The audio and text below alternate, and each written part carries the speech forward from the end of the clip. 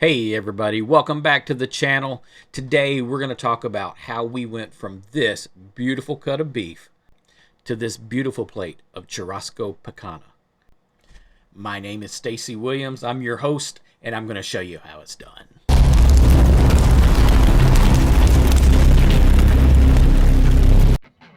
Alright, so today we're going to be cooking the picanha, which is the Brazilian word for this cut of meat. Here in the States, we would call it the top sirloin cap or the rump cap. As a matter of fact, if we look at the diagram of the cow here, you can see it's number 8. That's where it comes from. So in France, they call it the culotte. Different names all over the world, same piece of meat. So one thing about this, because it is a rump cut, it's not going to be as tender as something that comes from the midsection of the cow. These fibers are going to be closer together. Unlike the chuck meat that comes from the front of the cow, we're not going to go low and slow on this. We can, but it's really not necessary, and it's not really designed for it unless you're getting a prime or a wagyu cut, because there's not going to be as much intermuscular fat within this thing, because in that rump section, those muscles are going to be very close together, very tight, because of the usage. So what we're doing here, we're getting this thing trimmed up on that bottom side. There's a little bit of fat and a lot of silver skin. We're going to get all that silver skin off and expose the meat. We're going to leave the top fat cap. We want that fat to be able to render and cook and provide moisture for us. And we're going to do this a lot more high heat, direct heat. We're going to cook it churrasco style. If you're not familiar with that, that is the Brazilian barbecue. Of course, also Portuguese, Spanish. But if you're here in the States and you go to a Brazilian steakhouse, this is the method we're talking about. We have the option here to cut these into steaks and cook them over open flame, high heat, sear, and bring it up to a nice medium rare. Or we can go ahead and put these on the skewers and cook them over an open flame like we see at those steakhouses. And that's what we're going to do today, just because it's a lot more fun. I love going to those steakhouses. It's a great cut of meat. It comes off with a nice sear, melts in your mouth, kind of delicious. And that's the way we're going to do this today. So let's go ahead and get the rest of this trimmed up.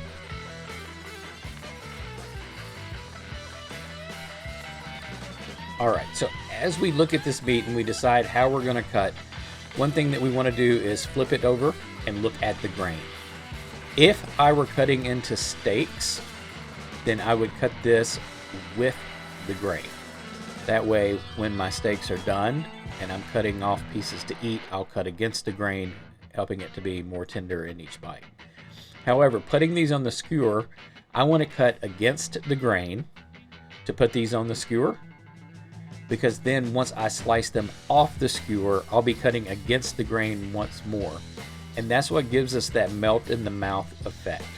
It's not just that the meat is tender and juicy, but we're causing those fibers to literally fall apart in our mouth. That keeps a potentially tough cut of meat feeling nice and tender.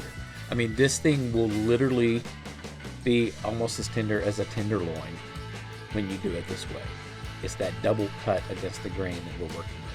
So as we cut this, we're going to end up with 3 to 4 good size pieces, and then the one little piece. And that's simply because of the shape of the actual cut itself. Now we're going to cut this down. There is a little bit of fat that overhangs the end. I'm going to trim those off because we're not just looking for a huge chunk of fat. Depending on where you purchase yours, that top cap may not have been trimmed quite as well, and it's okay to take off a little, but you really want to leave yourself a pretty solid 1/4 inch of fat cap. And you'll see here, one thing that I'm doing is I'm scoring that fat. That will help it curve into the horseshoe shaped pieces a little more easily.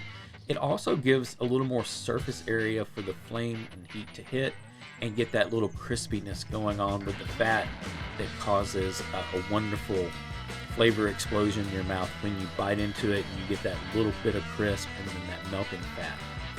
So we're going to go ahead and get these trimmed up and put them on a tray in their shape. We're going to salt them. Now, traditionally, with this Brazilian barbecue, salt is the only seasoning that goes on the meat. You get that, then you get obviously the flavor from the smoke. And there's actually two kinds of flavors from the smoke. There's the smoke itself, and because you're cooking on this open flame, as that fat renders and melts, it hits the coals. It drips into the fire, and it causes that flame up. And it's actually a different flavor of smoke that comes up from that fat hitting those coals. It's that kind of taste when you're cooking a burger on charcoal. It's very undeniable. It's its own flavor, and we want that flavor in addition to the smoke and the salted meat. Then we'll be finishing this off in a traditional style with the chimichurri sauce, which will give us the other herbs and spices that we're looking for to really round out all of the flavors. All right, once these are salted, we're going to put these in the fridge. You can do this as far as a day in advance. You know, leaving them overnight will really be wonderful. I'm cooking same day, so right now we're getting these ready, and they're going to be in the fridge for about 4 hours before I put them on the fire. And what we're looking for is the opportunity for that salt to really melt and absorb into that meat. Because if you notice, these are about 2 to 2.5 inches thick. That's a lot of meat that needs to be penetrated. We're not afraid of putting salt on. We're going to put on more salt than we really think that we need, because we need that to absorb in. And any salt that happens to remain on the outside, it's going to fall off anyway as that fat starts to render and juices run down that meat over the fire. So we're going to get these things salted up and into the fridge.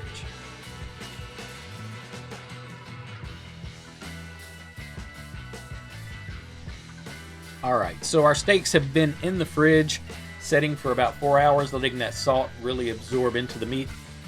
We've got our fire started, and we're going to go ahead and get these things skewered up. Now, I'm actually using the rotisserie skewer that belongs on the gas grill. If you check on Amazon, places like that, if you really want to get fancy with this, there are all types of sword blade type skewers that are made for Churrasco style cooking.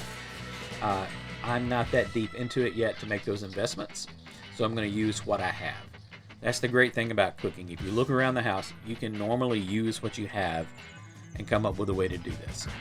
So we're going to get all of these on here, usually trying to put the largest steak in the center. And once we've got these all on, we're going to go out and just put them on our open flame. Now, I don't have a grill that cooks with open flame enough for me to set this skewer on, so I'm going to be creative and use my fire pit today. I've got a nice fire going in there. We're cooking on some oak and hickory, and there we go. We're just going to stand that up.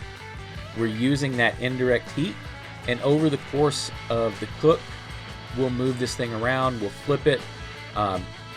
You know, we're going to go for different angles. You see there, I have it across, let it drip, moving it down lower, getting it into the flames to really get that char. I really want that nice crisp crust on it and that nice crispy fat all rendered there. So while we're letting these cook on our fire pit, we're going to go ahead and start with our sides. We're going to make a Brazilian potato salad. Found a recipe for this. This is not my own. I had no idea how to make it. So we found a recipe, and I have to tell you, it is unique. Some ingredients that I've never seen in a potato salad before. And at first I wasn't sure how well that was going to work out, but I can tell you it pairs perfectly with this meat, with this style of cooking. Absolutely amazing. Taking a bite of the steak, the potato salad almost becomes like a cleansing, like a palate cleanse, because of the way it's made. So we've got our potatoes diced up, and they of course are going into water to boil. We take 1 clove of garlic, we're mashing it, chopping it up, mincing it, and mashing it, and then finally grating about 1/4 of an onion. And here's one of those odd ingredients that I'd never heard of in potato salad. green olives chopped up. With the potatoes, as we're cooking them, it only requires a pinch of salt. And the reason being, we're getting saltiness actually from the olives that are in there. Now we're going to be adding 3 different types of greens, cilantro, fresh mint, which is another ingredient I've never heard of in potato salad, and green onions. So once we've done that, we're going to also add in our mayo and a little black pepper. All right, so our potatoes have finished. We've drained those potatoes. We put a tablespoon of apple cider vinegar and mixed in with the potatoes, and then allowed the potatoes to completely cool. I wanted to do that a little faster, so I actually stuck them in the freezer for about 10 minutes. They come out, they're cool. Now we mix them in with the dressing. So the next side that I want to do is that potato salad is in the fridge and all those flavors are melting and getting happy. I wanted something a little green. I did not go for what kind of Brazilian recipe could I find. I simply grabbed some Brussels sprouts.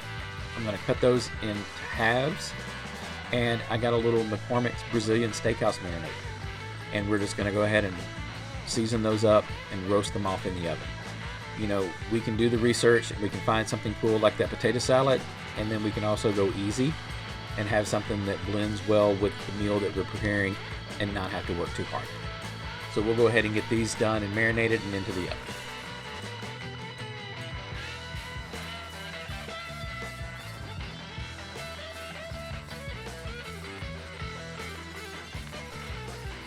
All right, with everything done, it's time to plate up our food and have dinner. So, my video for slicing the picanha, unfortunately, my camera battery died and I didn't get that. So here it is, all sliced up. It's a nice medium rare to medium. We're covering this with chimichurri sauce. If you've never had chimichurri, it's a mixture of chopped parsley, minced garlic, olive oil, oregano, red pepper flakes, and red wine vinegar. You simply put them in a bowl and mix them up. Absolutely delicious. It gives it a very savory taste. That red wine vinegar really hits it with a hint of brightness. There's our potato salad. We went ahead and after we plated that up, we garnished that with a few of the olives unchopped and a couple of green onions. And then we've got our nice, beautiful roasted Brussels sprouts. I can tell you from experiencing this, it was 100% delicious. And it was just as good as any Brazilian restaurant I've ever been to as far as the food goes. Thank you all for joining us. I hope you'll try this one day. We're giving away a 5-piece cast iron lodge cookware set when we hit 1,000 subscribers. All you have to do is like a video and subscribe to the channel to be entered in the giveaway.